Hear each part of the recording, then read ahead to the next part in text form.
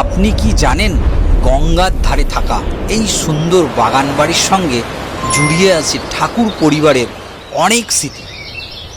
এই বাগান বাড়িতে ছোটবেলায় অনেক সময় কাটিয়েছিলেন অবনীন্দ্রনাথ ঠাকুর।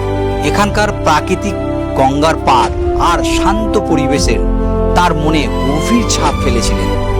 এমনকি কবিগুরু রবীন্দ্রনাথ ঠাকুরও এই বাগান বাড়িতে আসা যাওয়া ছিল বলে জানা যায়। আজ এই জায়গাটি একটি সংরক্ষিত হেরিটেজ প্রপার্টিজ। ইতিহাস আর প্রাকৃতিক অপূর্ব মেলবন্ধনের এই সুন্দর বাগান বাড়িটি। আমি এখন যে জায়গায় দাঁড়িয়ে আছি এখানকার সমস্ত দায়িত্ব এই দিদিভাইয়ের উপরে আছে। তো দিদিভাইয়ের কাছ থেকে জেনে নেব এই বাগান বাড়ির বিষয়ে একটু জানবো। অবন ঠাকুরের বাগান বাড়ি, অবনীন্দ্রনাথ ঠাকুর, এটা কোন্নগর পৌরসভা পরিচালিত। এটা একটা হেরিটেজ প্রপার্টি।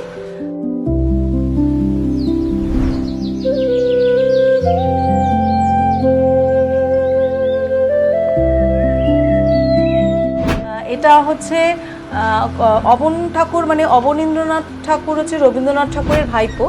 যখন অবন ঠাকুর ছোট ছিল, যখন 7 বছর বয়স ছিল, তখন উনি এখানে এসেছেন এবং ওনার যে আঁকার যে হাতে খড়ি আর কি, ওনার যে উনি যে বিশ্ববিখ্যাত একজন চিত্রশিল্পী, এখান থেকেই ওনার মানে আঁকার হাতে খড়ি এইখান থেকেই শুরু। আর এই বাড়িটা ওনার বাবা গুণেন্দ্রনাথ ঠাকুর কিনেছিলেন। এই জায়গাটা কিনেছিল? হ্যাঁ, জায়গাটা কিনে হয়তো বাড়িটা তৈরি করেছিলেন বা কিনে হয়তো তৈরি করাই ছিল, সেটা আমাদের জানা নেই। শহরের কোলাহল থেকে একটু দূরেই রয়েছে অবনীন্দ্রনাথ ঠাকুরের এই ঐতিহাসিক বাগান বাড়ি। চারিদিকে সবুজ গাছপালা, গঙ্গার সুন্দর পরিবেশ আর পুরনো বাড়ি। চলুন আজ ঘুরে দেখি এই সুন্দর হেরিটেজ বাগান বাড়ি। গঙ্গার ধারে, আর দেখুন লঞ্চ একটা চলে গেল ওই দূরে, লঞ্চটা যাচ্ছে ওই ঘাটিতে যাবে। এই লঞ্চে করেই ওই পারের মানুষ এপারে আসার, এই পারের মানুষ ওই পারে যাতায়াত করে। খুব সুন্দর লাগছে এই বাগান বাড়ির। যে প্রথমে আমরা এন্ট্রেন্স, এখানে যারা থাকি তারাও এইখানটা সত্যি খুব সুন্দর লাগলো। এই বাগান বাড়ির বিষয় নিয়ে একটু জানবো। এখানে যে আমি জায়গায় জায়গায় যে ভেতরে দেখছিলাম কিছু আর্ট দেওয়ালে লাগানো আছে, ওগুলো কি আগের সেই তখনকার আর্ট না এখন নতুন করেছে? নতুনই করা। অবনীন্দ্রনাথ ঠাকুরের সব আঁকা যেসব ছবি, এগুলো রেপ্লিকা ফটো, নিজস্ব কিছু নেই, এগুলো সবই রেপ্লিকা ফটো। আচ্ছা। আর দেখলাম এখানে অনেক ধরনের ফলের গাছ আছে। এখানে এটা কি তখন থেকেই লাগানো ছিল না এখন রিসেন্ট? না, রিসেন্ট লাগানো হয়েছে। কিছু আম গাছ আছে যেগুলো অনেক দিনের পুরনো। আম গাছগুলো অনেক দিনের পুরনো, কিন্তু আরো যেসব ফলের গাছ সেগুলো সবই নতুন লাগানো হয়েছে। একটা বট গাছও দেখলাম। হ্যাঁ, ওইগুলো তো একদম বহু যুগ, মানে 150-200 বছরের পুরনো। বট গাছটা, তারপরে আরো অনেক গাছ আছে, অশ্বত্থ গাছ, নারকেল গাছকে ঘিরে বা তাল গাছকে ঘিরে যেসব অশ্বত্থ গাছগুলো উঠেছে সেগুলো প্রায় 150-200 বছরের পুরনো। খেয়াল করে দেখলাম, মানে যখন ঘুরছিলাম ওখানে একটা বেদি করা আছে, ওর ভিতরে দেখলাম একটা দরগা টাইপের না একটা কি আছে, ওটা মাজার আছে। ওই মাজারটা কি? ওটা হাজি আমির শাহ বলে একজন পীর বাবা ছিলেন, ওনার ওটা সমাধি। হয়তো অবন ঠাকুরের বাবা হয়তো উনি থাকাকালীনই বা ওনার সমাধি নিয়েই এই জায়গাটা কিনেছিলেন।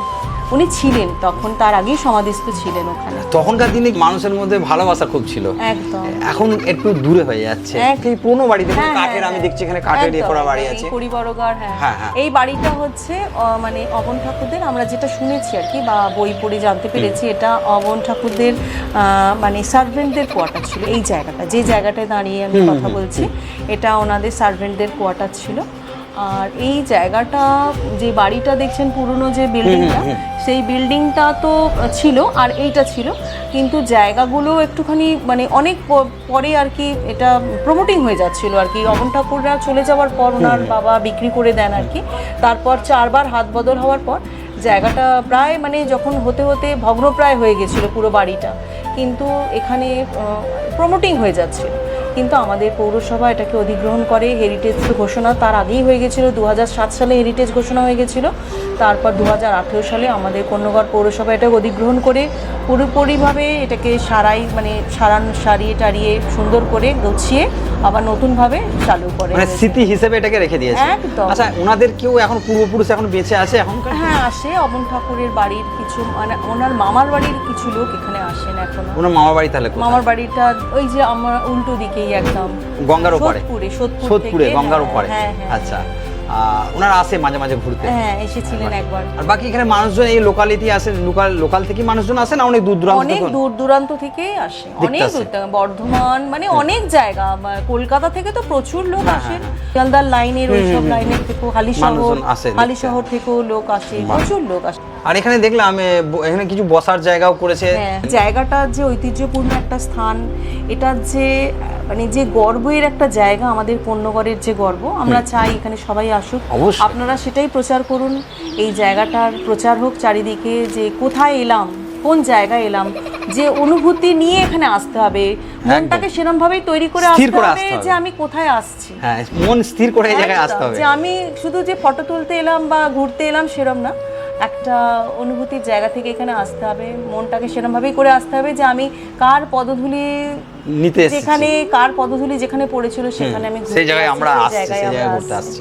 কোন কোন মহান মনীষীরা এখানে এসেছিল জিজ্ঞেস করে, এসে খোঁজ খবর নেয়। আর রবীন্দ্রনাথ ঠাকুর উনি এসেছিলেন? একদম রবীন্দ্রনাথ ঠাকুর তো এসেই ছিলেন, আচ্ছা। একদম উনি তো যাক, আসবেন। আর পশ্চিমবাংলার ভেতরে তারপর আমি জানতে পারছি পশ্চিমবাংলার মধ্যেও না অনেক কিছু জিনিস আছে যেগুলো আমরা এখনো জানিই না। না না খুব সুন্দর সুন্দর জিনিস আছে, হ্যাঁ। সেগুলো আমরা অজানা হয়ে যাচ্ছে, তারপর আমরা ভুলে যাচ্ছি, এই জিনিসগুলোকে ভুলে যাচ্ছি, পুরনো কালচারগুলোকে ভুলতে শুরু করে দিয়েছি। এইটাই আমাদেরকে তুলে ধরতে হবে, এই আমরা চাই যে মানে তুলে ধরা হোক, এই যে আপনাদের মাধ্যমেই যেন তুলে ধরা হয়, সবাই যেন জানতে পারে এবং সবাই যেন আসে, এটাই আমরা চাই।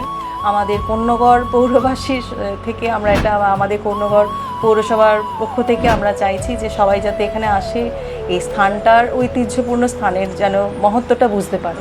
আপনার টাইমিংটা যদি একটু বলে দিতেন কটা থেকে কটা? হ্যাঁ, এটা হচ্ছে দুটো টাইম আছে, শীতকালে হচ্ছে 9টা থেকে 5টা, আচ্ছা। আর এই গরমকালটাতে 10টা থেকে 6টা। ওকে, তো বন্ধুরা যারা যারা আমার ভিডিও ফলো করেন, আমাকে দেখেন, আমাকে ভালোবাসেন, তো নিশ্চয়ই এই জায়গাটাকে একটু ভালোবাসার চেষ্টা করুন। আমরা যেখান থেকে খুশি এই জায়গায় আসতে পারবেন। সাংস্কৃতিক অনুষ্ঠান হিসেবে ব্যবহার করা যায় এই জায়গাটাকে। আচ্ছা, ওকে, খুব ভালো লাগলো দিদিভাইকে কথা বলে, আর এখানের বিষয়টা একটু জানতে পারলাম, কেন আমি জানতাম না। এই ভিডিওটা দেখবেন, যদি ভালো লাগে অবশ্যই একটা লাইক দেবেন, আর যদি সত্যি মন ছুঁয়ে যায় এই সুন্দর জায়গাটা, তাহলে একটা বন্ধুদের শেয়ার করে এই জায়গাটাকে প্রচার করুন। দিদিভাই, ভালো লাগলো আপনাকে, নমস্কার। তো বন্ধুরা, কেমন আছেন সবাই? আশা করি ভালো আছেন। আজকের ভিডিও এই পর্যন্তই ছিল। আপনি যদি আমার চ্যানেলে নতুন হয়ে থাকেন তো অবশ্যই চ্যানেলটা সাবস্ক্রাইব করে পাশে থাকা বেল আইকনটা অন করে নিন। আর যদি এই জায়গাটা দেখে সত্যি আপনার মন ছুঁয়ে গেছে তো বন্ধুদের একটা শেয়ার করে দিন।